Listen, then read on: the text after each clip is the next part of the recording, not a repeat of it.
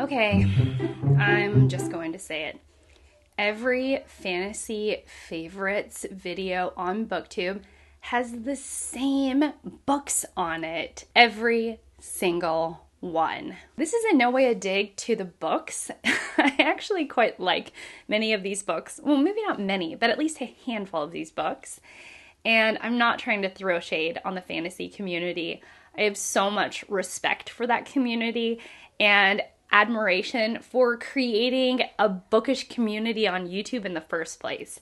As far as I know, they were some of the first people making videos about books on YouTube, and for that I am eternally grateful. However, I can't help but notice that when I click on a top 10 best fantasy books of all time, or best series of all time, or best standalones of all time, or best written of all time, one of those videos that pop up so often in the algorithm, I can't help but be already familiar with the titles. Not just familiar, but I almost play a game where I can name the title before the booktuber can, because I know what's probably going to come up next. So today I want to talk about why fantasy booktube seems like the most gate-kept and yet the most algorithmically optimized corner of booktube, and why I kind of wish it was a little bit different. So if you don't know me, my name is Shelly, and I love to read, and I like to talk about booktube. So if you're new and you're not yet subscribed, maybe consider doing so. Say hello in the comments, that would be great. If you're not comfortable with a comment, maybe leave an emoji or just a thumbs up. Every little bit is wonderful to let me know that you're here and you're watching. And, anyways, let me just stop rambling and let's get into the meat of this video. I'm not the first to make this comment about Fantasy Booktube and their favorites lists. Steve actually said it, Steve Donahue, who I will leave linked down below. And sometimes a truth just slaps so hard. And in this case it did, partly because I've seen a lot of these videos. I know what's in them. I am a viewer of this kind of content. And, I do see the same titles pop up. However, I didn't want to just make this video and not have done at least some light research for myself. So this morning I watched about 14 or 15 different favorites videos. And indeed, many of the titles had repeated, which I'll get into in just a second. I did try and choose channels that had large audiences and small audiences, high view counts and less high view counts, who have been on BookTube from what seems like the beginning to brand new channels, or newer channels, I suppose.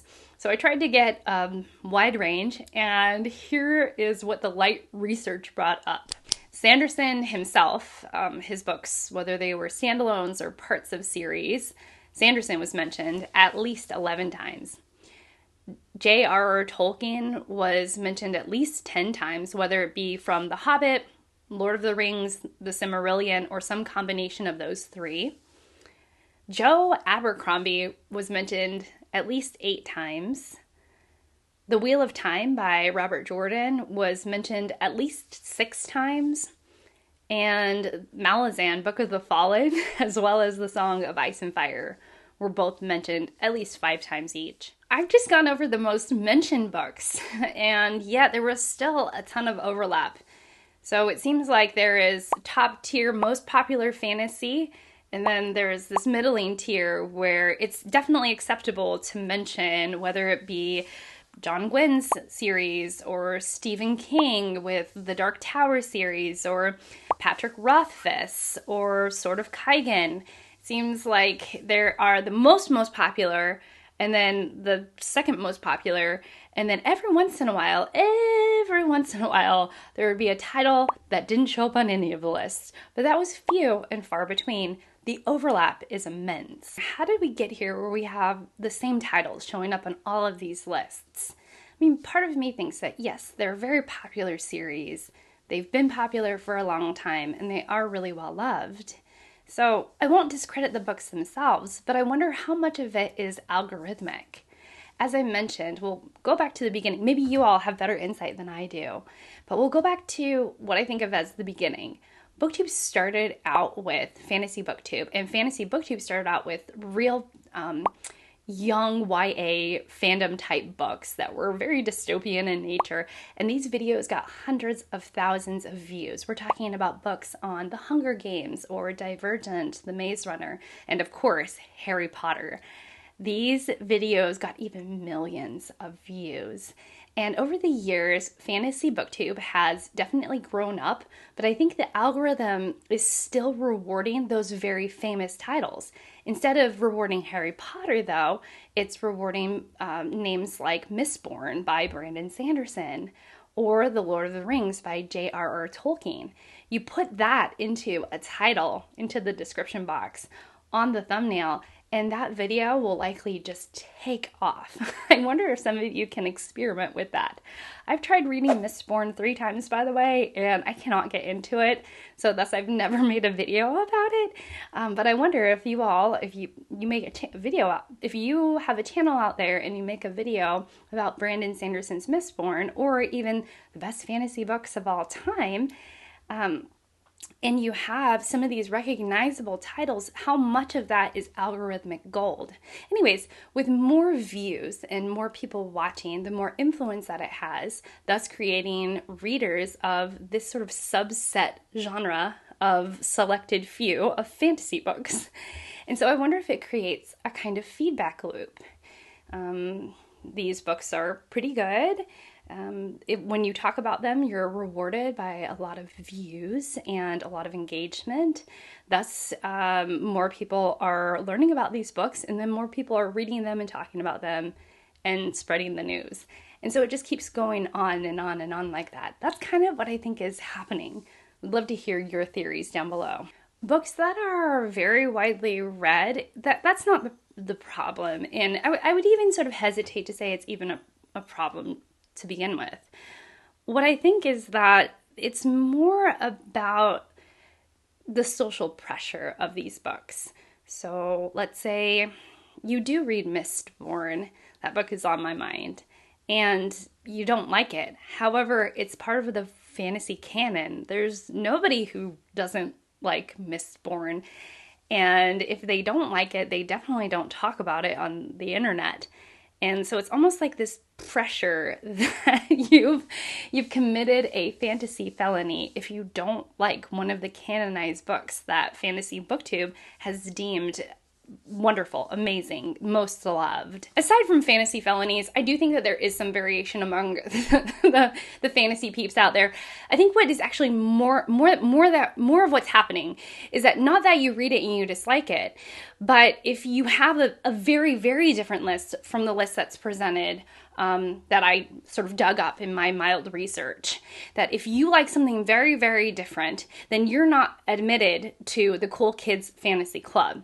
And the Cool Kids Fantasy Club, they do a lot of really amazing things. They have Discord servers and do live chats and have book club discussions, and they are like the top tier YouTubers out there, at least bookish YouTubers or a certain kind of bookish YouTuber. And so if you're a fantasy reader and you just take your own path, the likelihood that you're going to get invited to any of the live streams, any of the community events, any of the read-alongs, or any host of anything is going to be so low. Because in a lot of ways, it's like you not only have to read fantasy, but you have to read these kinds of books and have these types of opinions on them in order to be admitted to the Cool Kids Club. And if you're not, and God forbid, if you read anything other than fantasy, you are definitely not admitted to the Cool Kids Club. You are just out at sea by yourself doing your own thing. But if you do read it, you're like embraced. You're embraced by all the amazing people, all the peeps. All of a sudden, you're like one of the in-group. And so it's like a high reward if you decide to read and like the books that everybody else reads and likes. I've never really tried with the fantasy group, partly because my own reading is so diverse. I have tried to read some of the more popular fantasy book series. I read Robin Hobb as one of the first books that I wrapped up on my channel, and I thought it was just okay.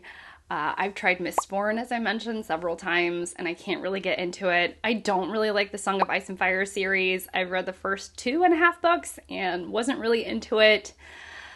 Mostly, I just kind of do my own thing when it comes to fantasy, and I watch as someone who very much feels like an outsider to that group. Not that I really want to be an insider, but I definitely watch I'm sort of like curiously watching this group do its thing and sort of trying to dig up like the phenomenons that are happening in that group, partly because I'm not a part of it. Not that I mind. I did, again, some light research as to how many fantasy books are being published per year. Traditionally published, not even self-published. And there was something like 100,000, if not more, fantasy books that are being published per year. So I find it almost amazing that the same, 30 books are being mentioned over and over again. It really shines a light on the fact that Fantasy Booktube is really reading in a very teeny tiny corner of their own genre. And so what do I hope for the future? I hope that Fantasy Booktube can be, I don't want to say more open-minded because I feel like that's a very heavy statement, but be more exploratory in what they read, more international books, more children's books, maybe even picture books that are incredibly fantastical, maybe even historical fantasy, or fantasy books that nobody's heard of that were published 20 years ago, 50 years ago even. I would love to see Fantasy Booktube break out of the corner that they put themselves in and explore with sort of like unabashed appreciation for the genre that they read in, so that we can get more variety on these lists instead of me always winning the game where I name the book before they name it, which I often win, to actually lose that game. I would love to lose that game and to be introduced to 10 titles I've never heard of or that I only know ever so faintly about. I think that it could be such a beautiful and rich corner of the internet. Now, I don't think that Fantasy Booktube is doing this on purpose at all. I mean, it's a very rewarding cycle in terms of views and community to have everybody talking about the same book or book series or the same 30 books. I don't know. I just think it could be so much more, And I think that pointing this out might be the first step to acknowledging that this is what's happening in the fantasy book world and, maybe have hope for a change in the future. Okay, so that's it. I've rambled on enough about it. In no way do I mean this in a mean way. I don't have discontent or malice in my heart towards any fantasy booktuber or anything like that. Just wanting more for them, both as a viewer and somebody who's like adjacently a part of their community. So but most of all, tell me about your favorite fantasy book read. I would love to hear it. I would love to know what you have enjoyed.